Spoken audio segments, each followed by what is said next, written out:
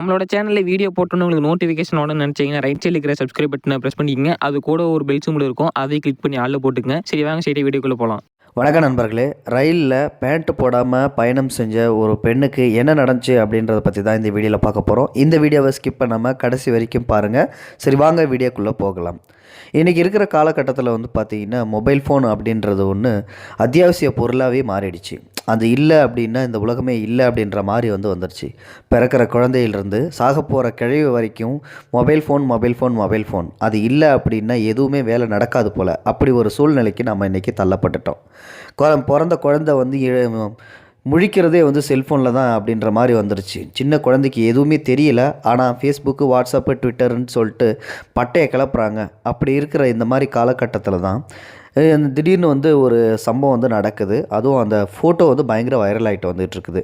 ஒரு ஆந்திராவை சேர்ந்த ஒருவர் பார்த்திங்கன்னா தன்னோட ஃபேஸ்புக் வலைத்தளத்தில் ஒரு பெண்ணோட புகைப்படத்தை போட்டிருக்காரு. அந்த பெண்ணோட புகைப்படம் பார்த்திங்கன்னா பேண்ட்டு போடாமல் ரயிலில் உட்காந்துருக்கிற மாதிரி இருக்குது.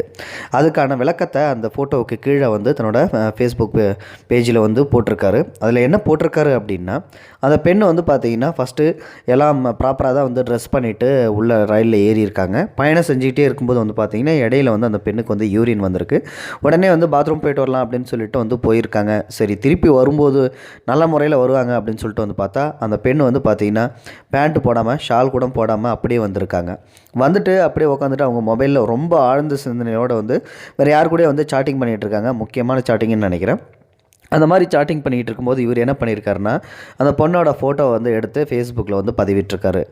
கிட்டத்தட்ட 20 நிமிஷம் கழித்து தான் அந்த பெண்ணுக்கு தான் ட்ரெஸ் போடல அப்படின்னு சொல்லிட்டு தெரிய வருது. எப்படின்னா பக்கத்தில் உட்காந்துருக்கிற ஒரு பெண் பார்த்திங்கன்னா, என்னம்மா நீங்கள் ட்ரெஸ் போடாமல் வந்திருக்கீங்க அப்படின்னு சொல்லிட்டு அந்த அம்மாவை கேட்குறாங்க. ஏன்னா அந்த அம்மாவும் பார்த்திங்கன்னா 20 மினிட்ஸ் வரைக்கும் அவங்கள பார்க்கவே இல்லை. அவங்க ஒரு ஓரமாக உட்காந்துட்டு மொபைல் ஃபோன் யூஸ் பண்ணிகிட்டு இருக்கிறதால நார்மலாக உட்காந்துருக்காங்க அப்படின்னு சொல்லிட்டு நினச்சிக்கிட்டு விட்டுட்டு போல்.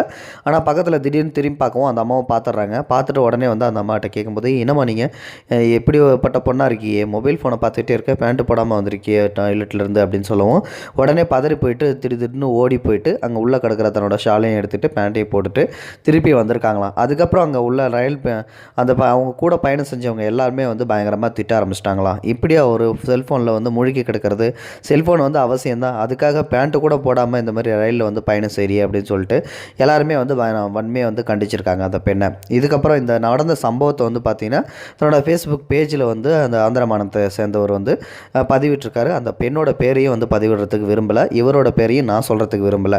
ஸோ அதனால் பார்த்தீங்கன்னா இன்றைக்கி இருக்கிற காலகட்டத்தில் மொபைல் ஃபோனுங்கிறத யூஸ் பண்ணலாம், ஆனால் அதுக்கு இன்னும் ஒரு லிமிட் இருக்குது.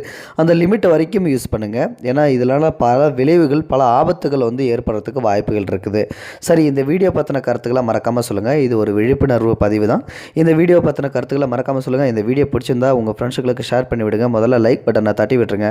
கூடவே நம்ம சேனலையும் சப்ஸ்கிரைப் பண்ணி விட்டிங்கன்னா இது மாதிரி நிறைய வீடியோஸ் உங்களுக்கு டெய்லி அப்டேட் பண்ணிகிட்டே இருக்கும். தேங்க்ஸ் ஃபார் வாட்சிங்.